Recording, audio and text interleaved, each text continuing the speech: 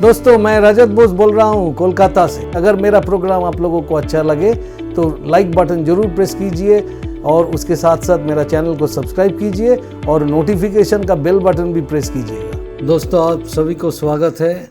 ये index studies market outlook अपना जो सोमवार के दिन मतलब 5 सितंबर से लेकर 9 सितंबर तक की जो वीक होगा उसमें जो ट्रेडिंग होगा उसी के बारे में index, Nifty, bank Nifty, mid cap Nifty ये कैसा चल सकता है उसके बारे में चर्चा करेंगे। तो आइए पहले अपने देखते हैं निफ्टी वीकली चार्ट को। निफ्टी वीकली चार्ट जो दिखाई दे रहा है, जो डाउन ट्रेंड लाइन जो कि 18,604 से आ रहा है, वो अभी तक 3 बार पहले टेस्ट हुआ और 2-3 हफ्तों में 2 बार टेस्ट हो चुका है, लेकिन उसको पार करके बुल अभी तक निफ्टी को ऊपर ले जा नहीं सका है।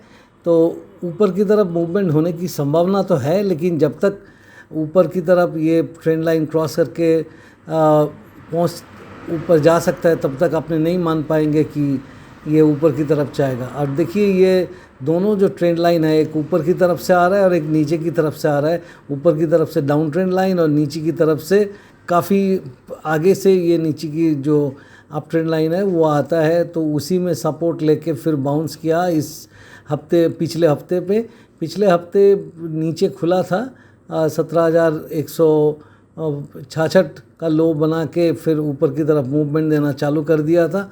तो अभी यही चीज़ देखना है कि ये किस तरीक़ा से अपना मूवमेंट को संभाल पाते हैं।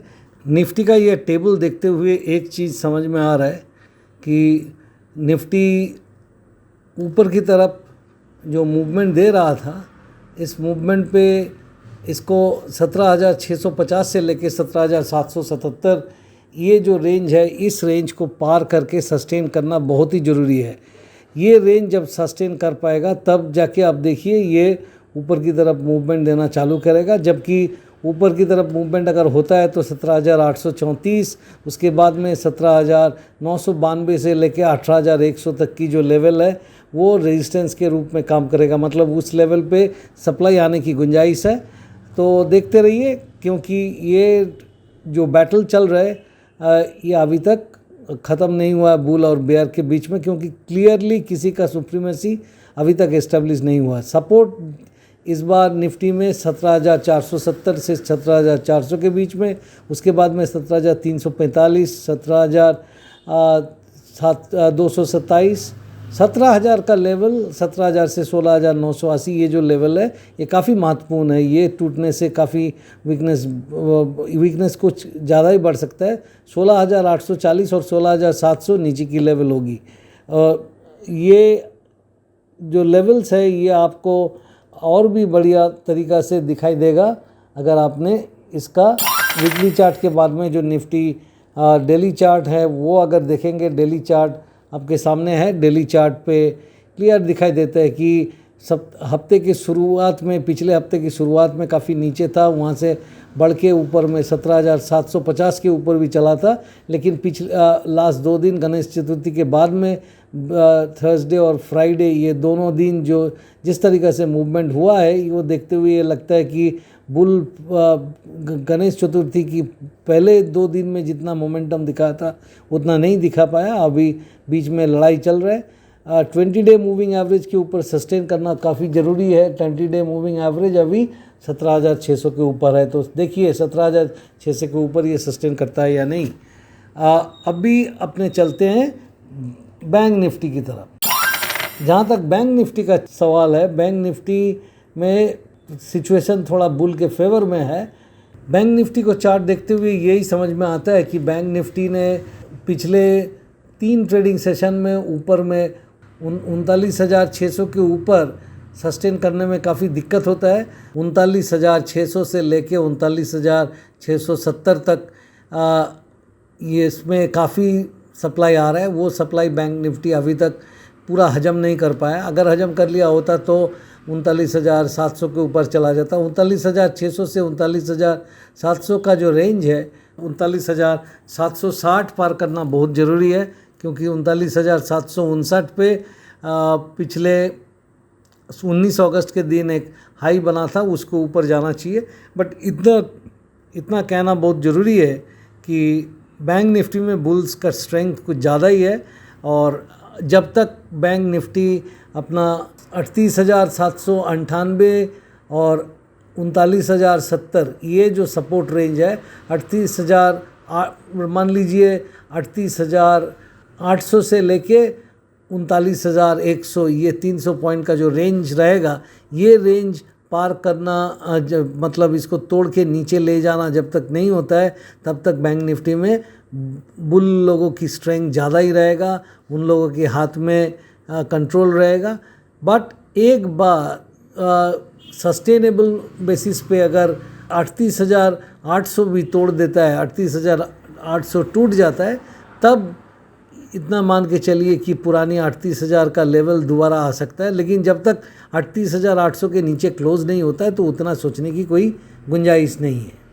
अभी CNX मिड कैप जो है वो उसी का चार्ट देखने से आपको ये लगेगा कि CNX मिड कैप इन दिनों में जो पिछले कुछ दिनों पहले जो हाई बनाया था, वो हाई मतलब 31,600 के आसपास जो हाई बनाया था, वो हाई तोड़ के इस बार नया हाई इस हफ्ते में दिखा दिया है। एकदम पिछले वीक का लास्ट डे में 31,747 का जो लेवल था, वो लेवल पे पहुंच के नया हाई बना लिया। लेकिन नया हाई बनाया शुरुआत में, उसके बाद में ये गिर के नीचे 31,400 पे बंद दिया है। तो यही सबसे बड़ा इम्पॉर्टेंट चीज़ ये हो गया कि क्लोजिंग बेसिस पे ये हाई के आसपास भी नहीं रहा। 31,500 से 31,550 इस रेंज के ऊपर में क्लोज करके सस्टेन करना काफ़ी ज़रूरी है। पिछले फ्राइडे के दिन ये नीचे क्लोज दिया है, मतलब 31,400 के आसपास, लेकिन जब तक 31,550 से लेके 31,600 के ऊपर में क्लोज नहीं आता है, तब तक थोड़ा सा शंका रह जाता है कि ऊपर की तरफ सस्टेन कर पाएगा या नहीं। लेकिन जैसा आपने कहा है कि 30,850 से लेके 31,160, ये 310 पॉइंट की जो रेंज है, ये रेंज जब तक नहीं टूटता है तब तक के लिए ये मान के चलना पड़ेगा कि मिड कैप में जो बुल लोगों की स्ट्रेंथ बढ़ा हुआ है और उन लोगों के हाथ में स्टीयरिंग है, तो वो ऊपर की तरफ मूवमेंट देगा, ऐसा ही समझ में आता है। ये तभी जाके काफ़ी वीक होएगा जबकि ये 30,000 का लेवल तोड़ के नीचे जाना चालू करेगा। उसके पहले मिड कैप इंडेक्स में स्ट्रेंथ बरकरार रहेगा। इस बार के लिए आपने फिर कोफॉर्ज को चुना है। कोफॉर्ज 3,467 मतलब 3467 पे बंद दिया था। ये ऐसे ही लगता है कि 3430 का जो लो बनाया था पिछले हफ्ते सोमवार के दिन, उस लो को दोबारा टेस्ट करेगा। सोचा था पिछले हफ्ते कि 3400 का लेवल टेस्ट कर सकता है, 3400 का लेवल तो टेस्ट नहीं किया, 3430 का लो बनाया। बट इस बार अगर तोड़ के उसके नीचे जाए तो 3400 टेस्ट होने की संभावना दिख रहा है। अगर 3400 टूट गया तो ये 3300, 3370, उसके बाद में 3300, 3270, ये दोनों रेंज टूटने के बाद में 3200 की तरफ जा सकता है। ओवरऑल आईटी क्षेत्र ही वीक है, सिर्फ कोफॉर्ज ही नहीं, TCS, इन्फी, सभी को आपने नीचे की तरफ जाने की संभावना दिख के वॉच पे रखिए। आईटी इंडेक्स में वीकनेस अभी भी चल रहा है और आईटी स्टॉक्स में भी वही दिख रहा है। बट ये कोई रिकमेंडेशन मान के मत चलिए, ये सिर्फ एग्जाम्पल की तरह आप लोगों के सामने स्थापित किया है कि इन क्षेत्रों में वीकनेस दिख रहा है। निफ्टी, बैंक निफ्टी और CNX मिड कैप में बुल्स का स्ट्रेंथ थोड़ा ज़्यादा दिख रहा है। आज यहीं तक, आप लोग इतना देर तक मेरे साथ रह के ये कमेंट्री जो सुना है, जो चार्ट्स देखे हैं, उसके लिए आप लोगों की बहुत सारी शुक्रिया अदा करता हूँ। मैं आपकी आभारी हूँ, बहुत बहुत धन्यवाद।